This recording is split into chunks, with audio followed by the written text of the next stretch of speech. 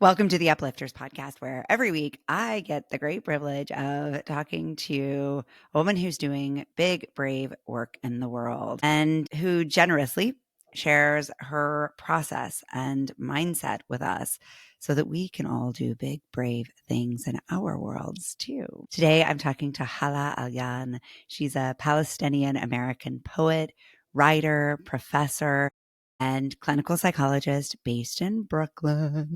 Yes. Hala, thank you for taking time out of your busy world to hang out Yeah. with us today. It's my pleasure. Thank you so much for having me. Such a joy. I'm so excited about this. Too.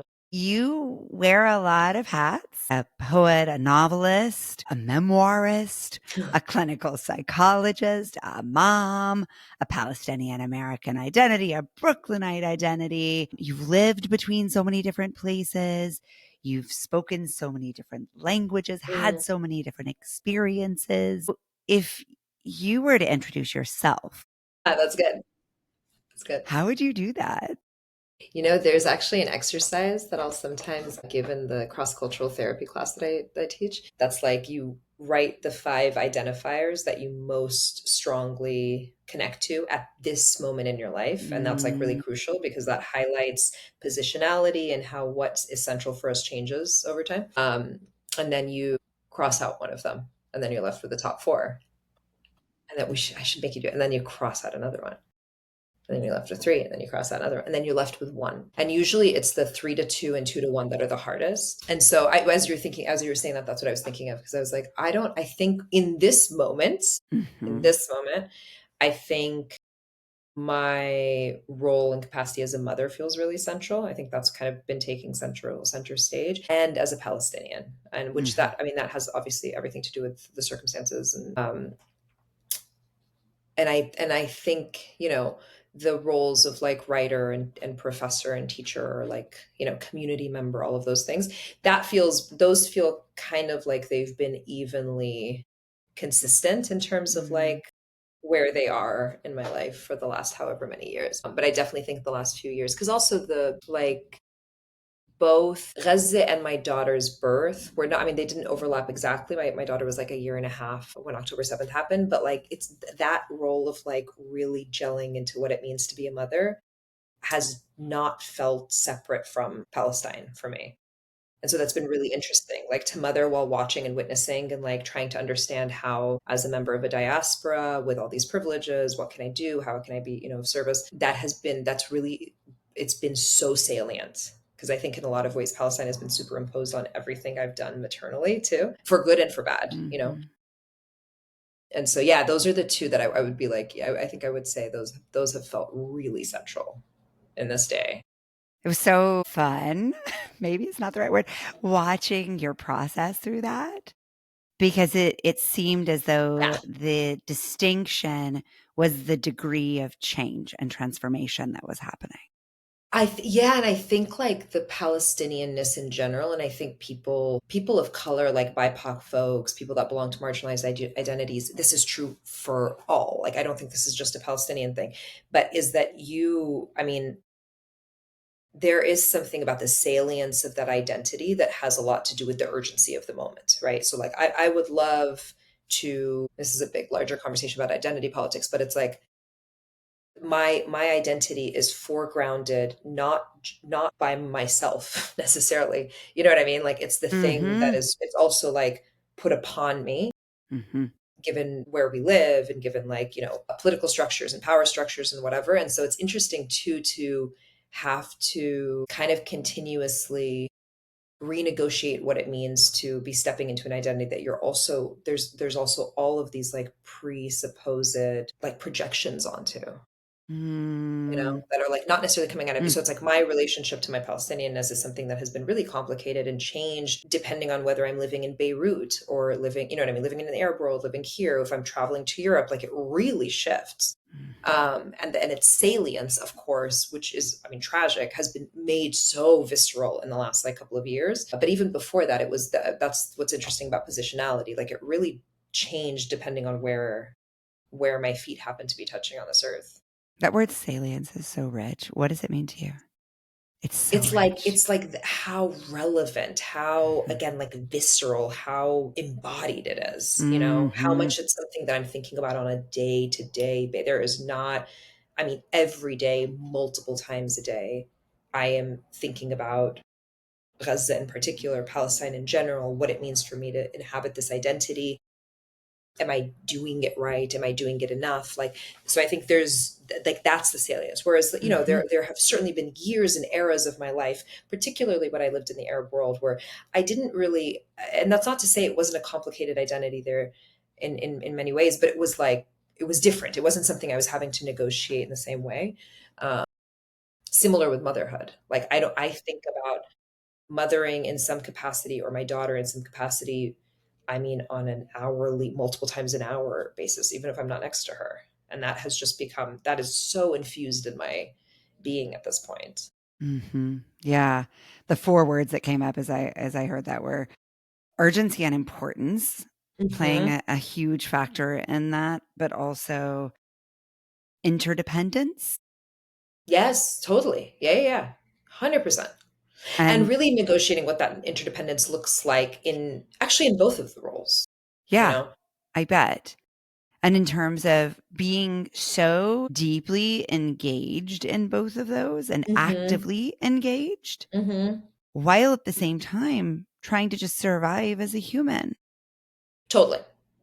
And and that starts to feel, I mean, those things feel interlinked, right? So like survival as a human on a day-to-day basis, watching like eradication and erasure of Palestinians, that is the stakes of that change, you know what I mean? Because Mhm. then and then there also Mhm. isn't a day that goes by that you're not like my brand of existence is relatively unruffled. You know what I mean? Like it's like there's a fair amount of ease in it. I am not living in mortal terror on a like an hour to hour, minute to minute basis. And so that also, yeah, there's something about the fragmentation, I think, of the identity that's also just, I mean, it's not a coincidence. It's intentionally done. But I think that's something that comes up for me too a lot is like to think of the ways to like keep reasserting existence and presence in the face of these Mm. larger erasures that are happening. And then like what do you do once you've reasserted that? Like how are you then being like how do you, you know, I mean, I think this is like it comes up in my writing. I mean, I have never the last year and a half I've engaged in kinds of writings that I've never engaged in because I'd never had interest in. There was never any need for it. I'm not a journalist. I'm not, you know, an op-ed-y nonfiction kind of person, but that's what like the moment called for. And so that's also really, you know, like then you're like, okay, I guess this is what I'm doing now. That's so interesting. Yeah. Hmm. And as I was listening to you, I was thinking about the first chapter of Salt Houses Hmm. and how we begin by looking at how our circumstances define what living is. Yes, 100%. 100%. Yeah, and I think there is something in this idea of like really thinking about what it means to who gets entitled to what kind of life and how, Yeah. you know, and then if you have enough time and space to like navel gaze, like if you're even asking that Yes. question, you Yes. got a lot of privilege, right? So it's like to have this Yes. conversation, it's like, whoa, we got we got so much, not just like the ability of time or internet or access or whatever, but I mean even just like the ability to have enough stillness in one's life internally and externally to be able to ponder and Mhm. that is such a that might be the biggest privilege of all, right? Like the to have enough space and capacity internally and externally to be able to attend to your life Mhm. in that way is like what a that's the privilege. Yeah, I to be able to step back because I do and I this is totally my imagination. I do imagine that my great-grandmother who was a migrant farmer during Hmm. the Dust Bowl, who was barely surviving, who was literally creating a home every couple of months out of whatever little scraps she could find as they moved from crop to crop. As she was out there picking in the fields, Hmm. she was pondering. She was Yes. contemplating, like, Yes. how is my husband talking to me? Yeah, yeah, Are yeah. my kids okay? Right, Right? Like, right, right, right. and Like so that is there, part of the right. human condition, It right? Is is. to be like thinking and wondering and like storytelling. Yes. Yeah, you see that? I mean, that's very true. Yeah. Like the fact that like it's not like It's not like oral tradition of storytelling or poetry or music or art stops in times of like oppression or despair. No. Yeah. And the privilege to be able to step back and say, is this working for me? Well, and also like, and the I guess that, yeah, you're right. It might be just more the step back and the ability to be like, and if it's not, I can probably Yeah. do something about that Yeah. situation. I have some You know what I agency and mean? authority As here. opposed to like, yeah, the like, millions upon millions of people around the world where it's like that agency is continuously infringed upon. And so when you have a play, like, yeah, like somewhere like Gaza where it's like been besieged for 18 years, where it's like free, like there's no freedom of mobility, like where a body goes, what you have access to, what you're able to do, the regulations. I mean, things like it's like illegal to collect rainwater. It's illegal to go fish. It's illegal to like things where it's like your access to be able to like Choice. to govern the ungovernable is like such a tenet, I think, of like oppressive forces. Mhm. To like find ways to be like even rainwater we can have policies about, and you're like, what are you talking about? Yeah, but you're right, it's the stepping back and then being like, I have we were just talking about this before we started recording, where it's like, so what are we going to do? Like, where do I Yeah. want Where to do I want to live, raise where do my I want to daughter? leave, where do I want to whatever, Yeah. yeah, where do I want to raise a kid? Like, to even have that conversation presupposes that I have the freedom of mobility and enough access to resources and enough access to internal resources Hmm. to be like, and if I wanted to go somewhere, I could figure it out. Hmm. Like that is not something to take lightly. It's freedom. It's freedom. Yeah, it's a kind of freedom. Absolutely. So I love this as an intro to your memoir. We really just went, yeah, we didn't like realize. I mean, and It's yet, all connected. It's all connected. Yeah. Yeah. yeah. Yeah, you're right. And so interestingly, your book is called I'll Tell You When I'm Home. Mhm. And you've said that motherhood has felt like a kind of home for you. And Yes. I just interviewed for this show very recently Christina Jimenez, who wrote the book Yes. Dreaming of Home, Yes. with very, very similar and I yet was going to say wildly incredibly similar different themes. themes. Yes. Yeah, yeah, yeah. Yes. Yes. And so, home, as somebody who recently moved, has been on my mind a lot. The person who most felt like home for me recently passed. And so, I'm all of these themes are so sorry. meaningful to Yes. me Yes. right Yes. now. Yes. And your family history has directly been marked by displacement Totally. and exile. And now you are making a home for your daughter. Trying to. Yeah. Yeah. Yeah. First of all, I'm really sorry for your loss, Thank especially you. especially to lose people that feel like landing like that are just Yeah. like For shelters home. is really Yeah. devastating. Yeah. Yeah. Thank you. Yeah, I think there is something about the like writing the book. I think it was an interesting experience in that I have never written something while it was happening. I think in general, the advice we give writing students and ourselves and whatever is like, you wait a beat, you give your system a chance to like process that a thing has happened, or like Teach try from to, your yeah, scars, settle not into an your wounds. experience. Exactly. If it's too raw, you can't get a little bit of distance from it. And I think this was one of those situations where just because of the demands of like, I had sold a book on a nonfiction project. It was supposed to be essays. It kind of started morphing into something more memoiristic. I was on a deadline. I moved the deadline once. I just couldn't do it again. Like it was like I'd had to have something in. And then it became kind of clear that what I was currently living in was going to make a compelling narrative. And that I thought was kind of the primary thing. And then that became secondary because the primary thing became that it was also incredibly powerful to write through it. So that's what Mm-hmm. it was. It wasn't even like writing in hindsight to process a thing. It was like literally writing to walk myself through a thing, Mm-hmm. which is a very particular kind of experience. And that became a sort of homemaking in and of itself, because to be able to find a coherent narrative of what my life has been, and what I want to take of it for my daughter and how I want to be able to pass along and what I want to retain and what I want to discard. I mean, there's like, that's such an emotional kind of nesting, like for trying to get ready to welcome a new life in, is like to really think about things like inheritance and what we want to keep and what we want to leave. And how did we get here and what have we learned? So it's like I didn't do any of that stuff physically. because I was like in the same apartment in Williams or the same one I'm in right now, like the whole time. But I think there was definitely a real kind of like taking stock and like Mm. excavation and like what is going to stay here on these larger scales. And that ended up including questions of like the marriage that I was in, like what is going to stay, what is going to go. But there's no way to know that that was happening while it was happening. Because at the Mm. time I was just like, I got to get a draft in. I need to find a cool structure for the story. Like, okay, my daughter's been born. I want to be able to write about that. Like, so it was just such a, yeah, this book has been so interesting because it was such a pain in the ass to write because for so long I couldn't figure out what it was going to be. And I just felt that the TikTok of like, I'm running out of time. And then it was really interesting to launch because I was so dissociated, which was like kind of the perfect headspace to launch a book incidentally is like what's happening right now because the stakes feel like nothing, right? Like Yeah. it's if the if the Book stakes launch in another are like, time would have felt like the biggest, whereas now craziest. I'm just like people are being like there is a famine, stage 5 famine forcibly imposed on 2 million people, like that, like the stakes are so different right now that it really put things in perspective. Actually, it was Hmm. kind of like, if someone likes it, they like it. If they don't like it, they don't like it. If I connect with someone over it, amazing. Like it's all like particularly the things that might have felt like bumps in the road have so easily been absorbed now where I'm just like, well, it is what it is.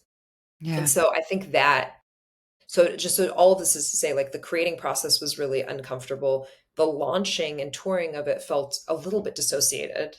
I was kind of outside of my body the whole time. But now it's been a few months and in the aftermath, something interesting is happening where I'm like, I'm starting to work on a new project and I'm just like, wow, that was really a gift. That experience. Like that's really given me like it was giving me clarity about things in my life without me realizing it.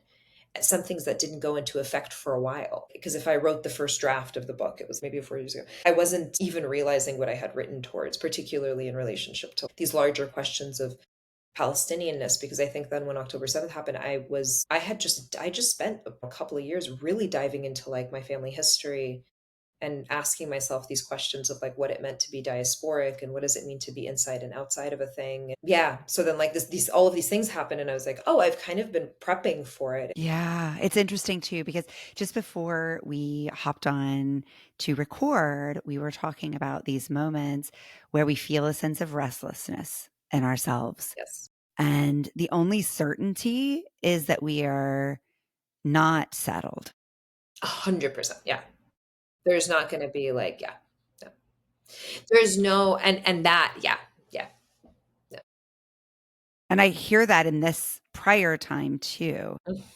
And so it's almost like you're back in that phase again. I think that's sort of where I feel, yeah. And that's also part of like, that's also kind of what happens when you're starting a project. So also I think like Mm, creatively I'm at the beginning of a thing again. And that's always like mhm. weird and kind of insecure and kind of cute and kind of, um, but I think there is something on a life level, given what we were just talking about, like where do I want to live? Where do I want to raise this child? Yeah. Like where do I want to take a child that is Palestinian? And where do I want her to be able to have access to both her culture? That culture means multiple things in this case, right? And yeah, I'm sort of back to the drawing board, which I guess is the core facet of what it means to be alive, right? Is to continuously be back to the drawing board. Like I'm like Yeah. back to not knowing. And I'm like, I don't, and who knows what has been put into place in terms of the book or in terms of conversations like these, or I mean, you can have a random conversation with a stranger and that will change the course of, I really believe that, right? And so it's like, I've been kind of more than usual trying to pay attention to the little, I don't know, like what would otherwise just seem as like chance encounters. But like now, so when you were telling me about your move, I was like, huh, that's interesting. Do you have a vision? Like, is there it doesn't have to be that clear, but what is it like if you could distill it into a moment or a sound or a visual, like what would that be? Yeah. Like 2 years ago, I would have just been like, oh, that's really cool. Now I'm like, Huh. huh, interesting. What is I it want to sit here? with that. Yeah. Like everything feels more like Yeah. potent. Yeah. Yeah. Yeah. It's like what we are tuned into Yes. with our Yes. station. Yeah.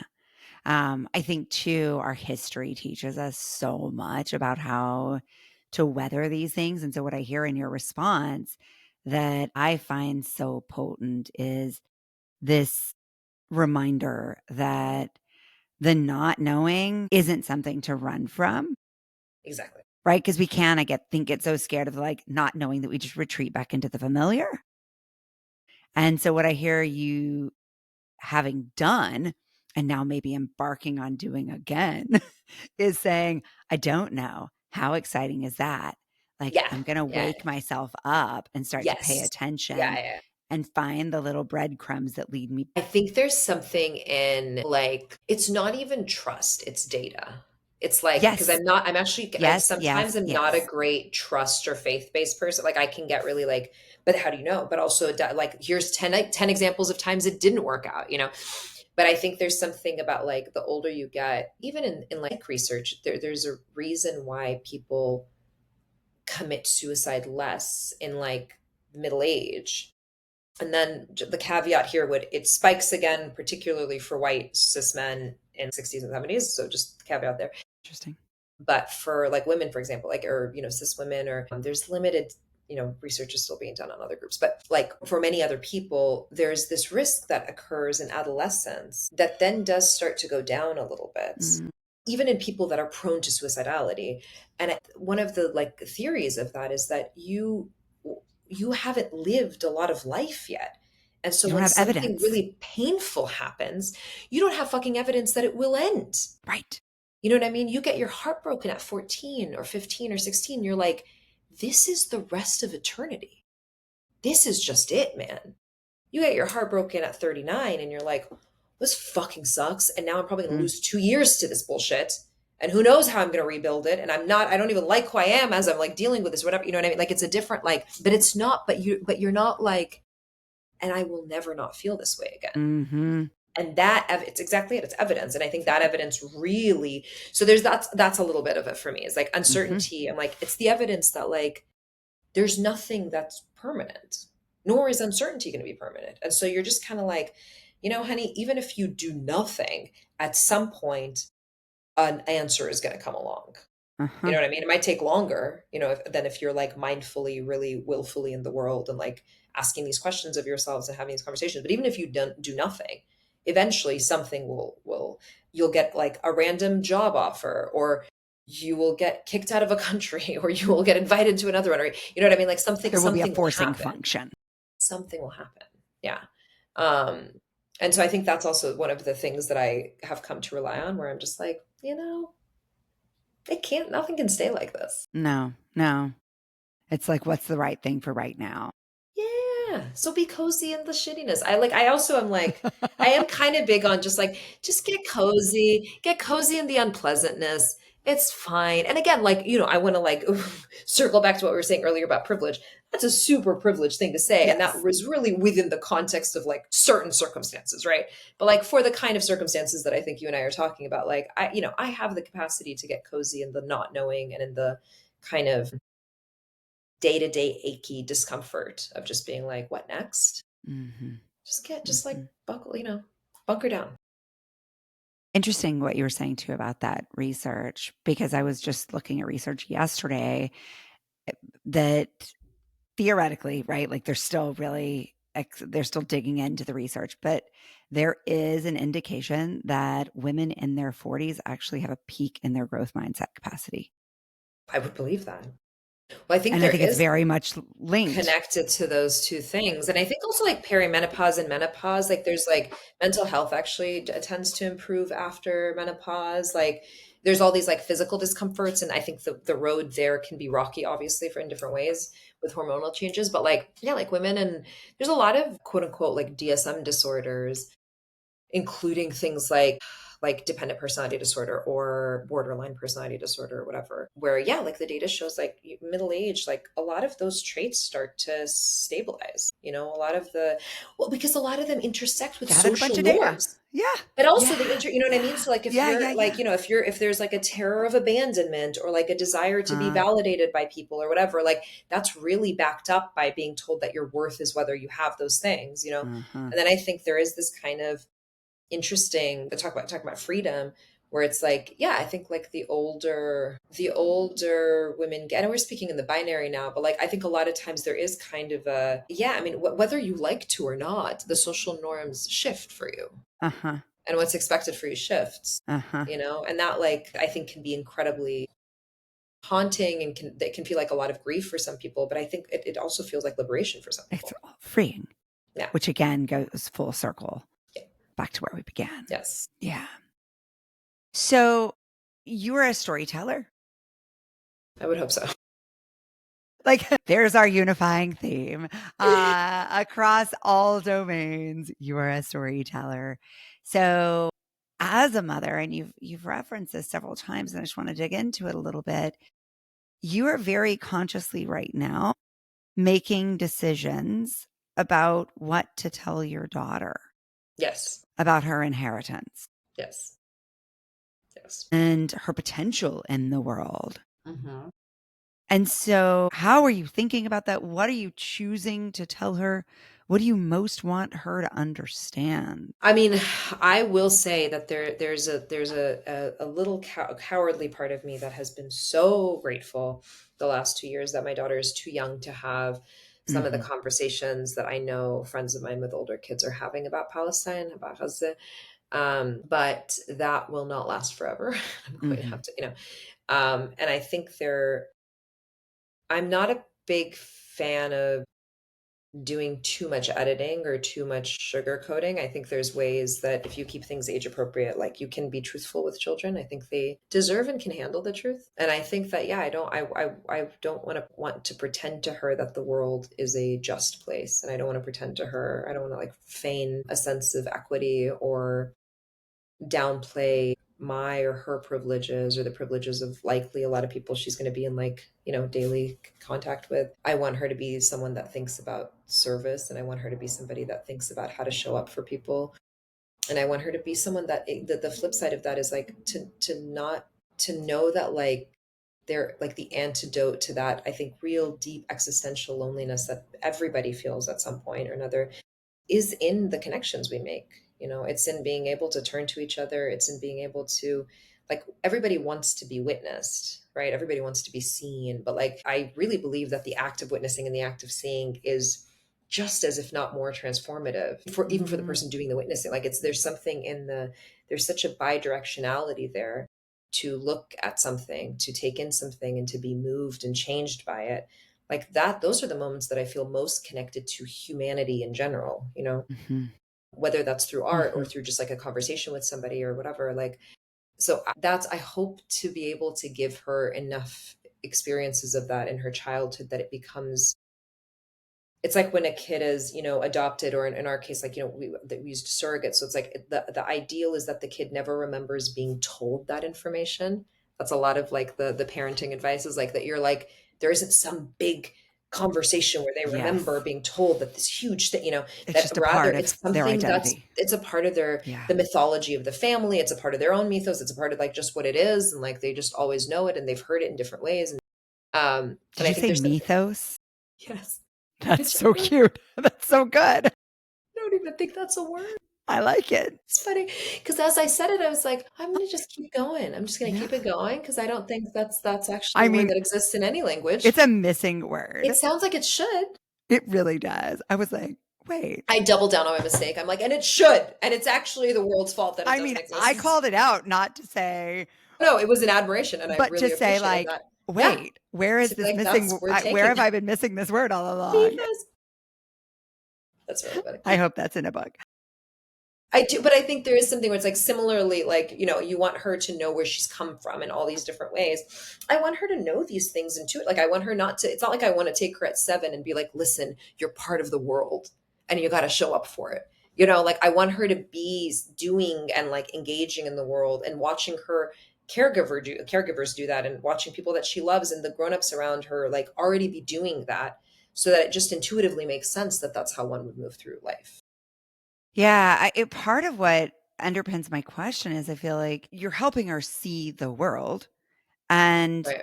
we were talking about this like great privilege to be able to choose. And of course, the other side of that is not being able to choose, which is so linked up with Right. like a victimization.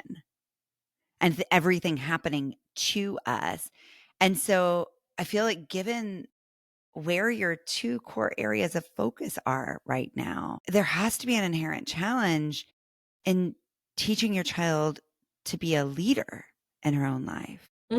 Yeah, and to think about like and to it's like both to teach her how to be. It's almost like I almost pull back on that word because it just continues to play into like the individualistic, like almost like Mm, the hero archetype that like mhm, something lies just on my shoulders, like I, which also in terms mhm. of activism or how we show up for So causes, it's smart. like it's the idea that like there's one person that's going to be able to solve that, where it's like no, that's not, it's it's like connected to the no kings concept where it's just like there Mhm, isn't though, actually that's mhm. not how it works.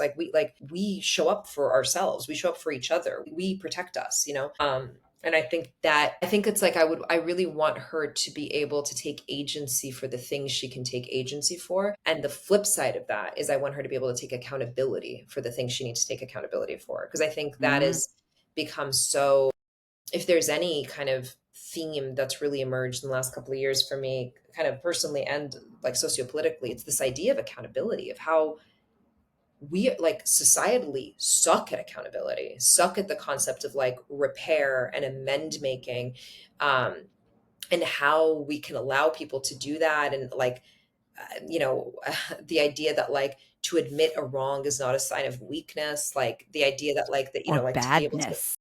yeah. And so if you can't present that coherently as a society, then you have what we're want, which is like rampant like Mhm, misuses and like abuses of power. Like just like power is not going to be the thing that redlines itself, you know? mhm. And so it gets punch drunk, and it's like I want more and I want more and I want more, and that's I think what we're watching in like very intense detail right now. And so there's a lot of that for me starts with, I mean, it starts with things as basic as like how we raise our children, and like what are we modeling for our kids about, like, is this life just a zero sum game, and like Mm. if you have a piece of the pie, that means one less piece of the pie for me, so I want that piece of pie. Like Right. I have to what take you. are we communicating to these little human beings that are eventually, this is their world? Mhm. And so I think accountability has become, I think I've always been sort of like an annoyingly kind of like just disoriented person in ways that make me insufferable, I think, in interpersonal relationships. But like, I think like I've become really like, I'm really soaking it in lately, where I'm just like, I think this is everything, actually. I think what we're Mm. talking about when we have these larger conversations is like how to be accountable for your life, and accountable for the things you can be accountable for, and to be unafraid to do that. And then again, bidirectionally, to be able to offer people the grace for them to be able to do it for their own lives and their Yeah. own things. Like that's so crucial because we're Yeah, fucked otherwise. absolutely. And I think it is, again, I go back to that word engagement. Yeah. And I think we can get so overwhelmed by the size and scale of the Yes. problem that we get a little too cozy. 100%. Yeah. Yeah. We're like, I'm going to go hide under the bed and That's hope it right. all goes away. And that's really the danger. But that can't happen when we are accountable, That's right. when we are present, when we are awake, when we engage and just dip our little toes in That's a right. Yeah. even just a Yeah. slightly comfortable way. Yeah. That's right. Yeah, it's not, it doesn't, there is something about like life is like it's like that balance of like comfort and ease, like trying to seek it because that's what organisms like animals want, to be easeful. Like that's what we kind of gravitate towards.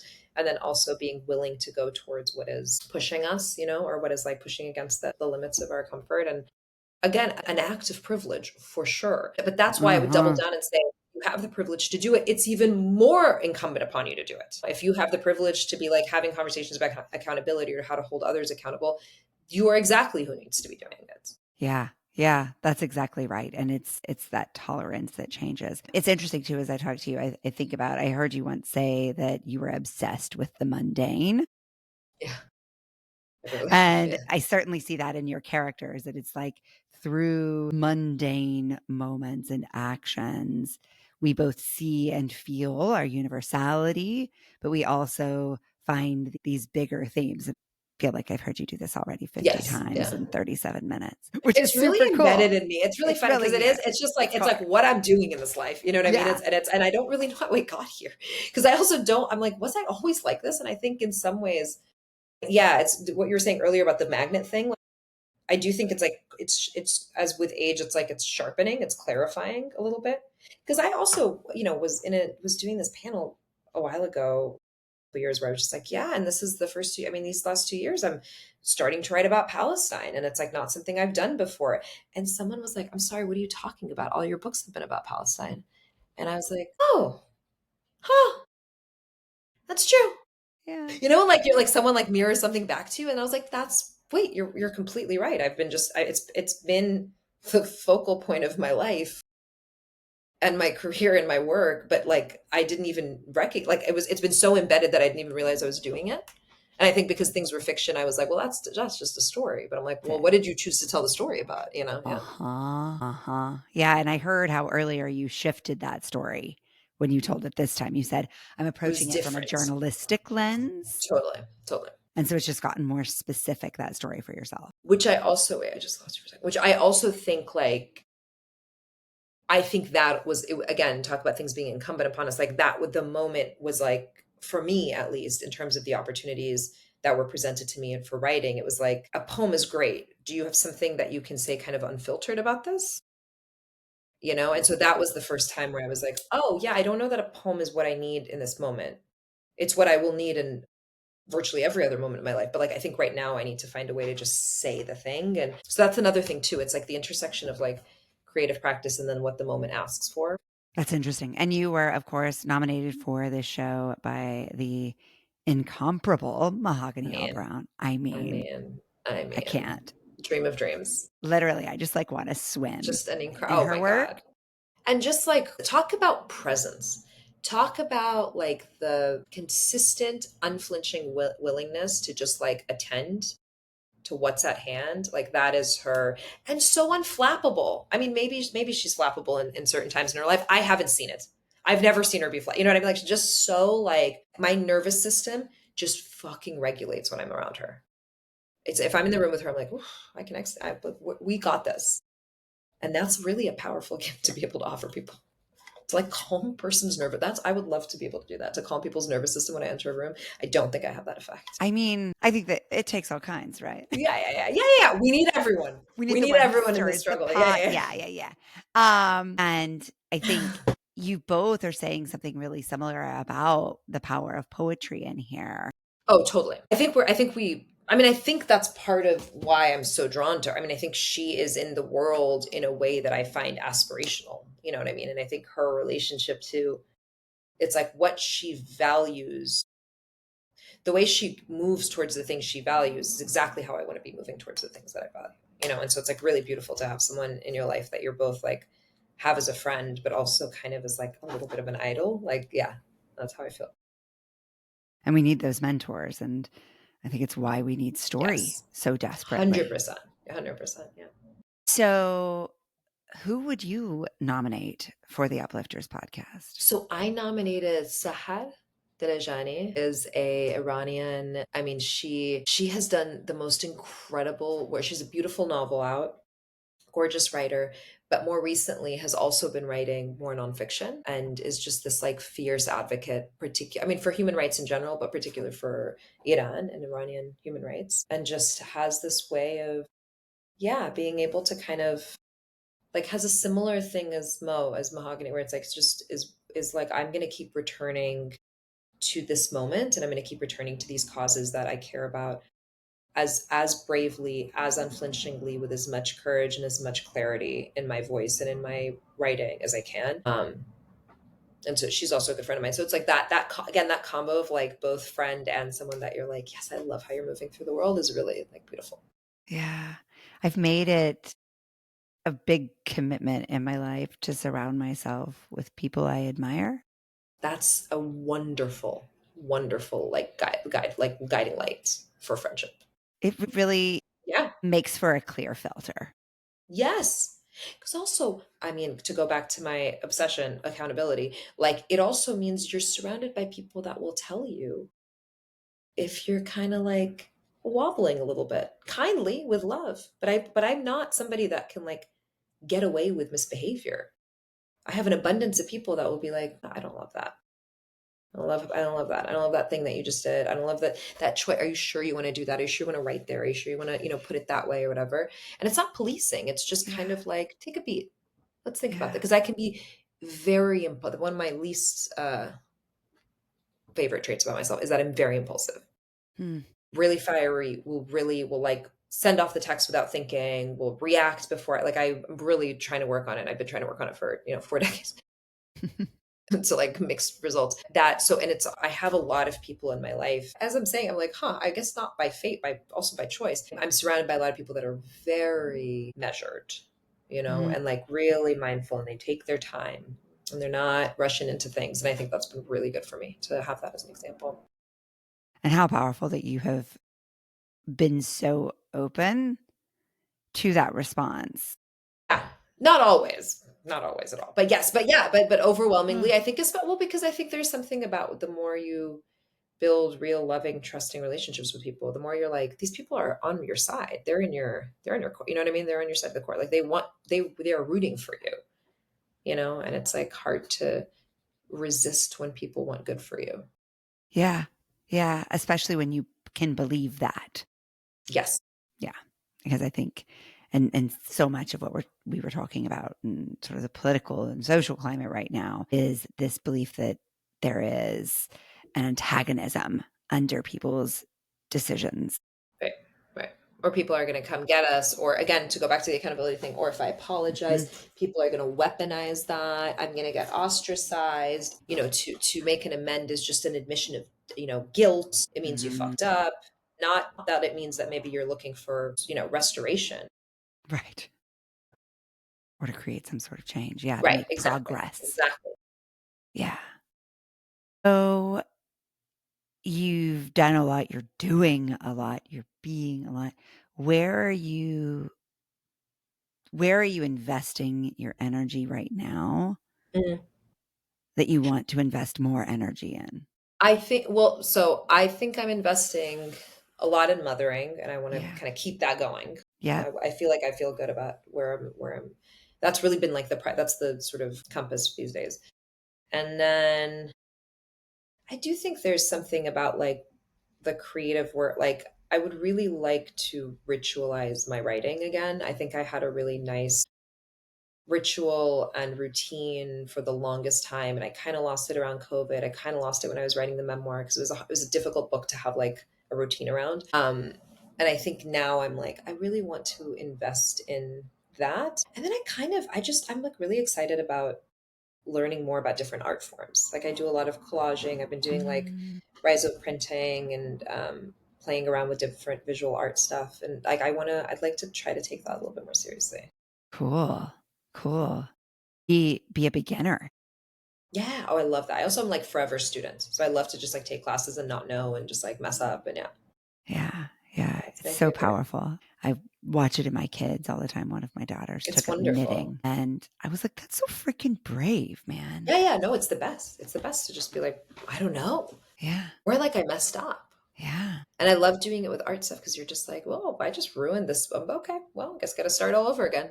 Cool. And Yeah. then it also makes it like more and less precious because then you're just like, well, whatever, you try again.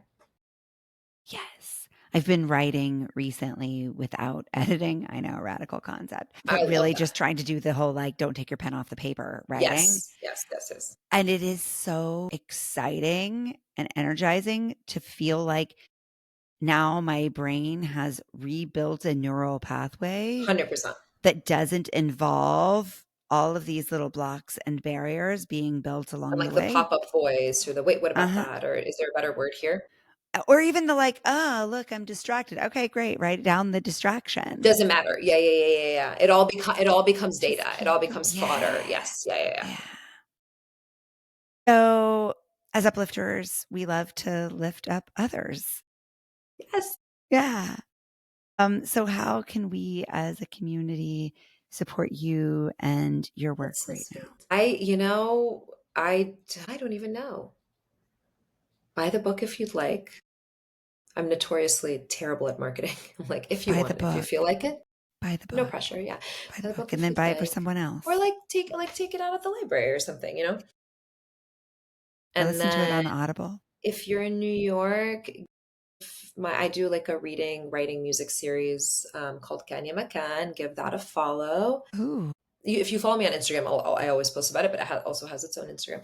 And yeah, we bring amazing. We raise funds every time. All the funds go straight to whatever mutual aid we're doing that particular month. We just did a beautiful fundraiser for Sudan. And yeah, it's really like lovely. There's an open mic and there's music and there's poets and fiction writers and memoirists. And it's really lovely. that's really lovely. I Yeah. want that in my life. I'm going to And I go think, I check mean, out sort of right now. like you should come. You should definitely I'm come. I'll send you so yeah. coming. There's one on Friday, actually. It was really great talking to you. This was a delight. Thank you so much you. for having me on. Thank I really you. appreciate it. Thank you. Thanks for watching the Uplifters podcast. If this inspired you, hit subscribe and tap the bell to stay uplifted. Give this video a thumbs up and share it with someone who needs a little lift today. Big love. Painted water sunshine with rosemary and thyme.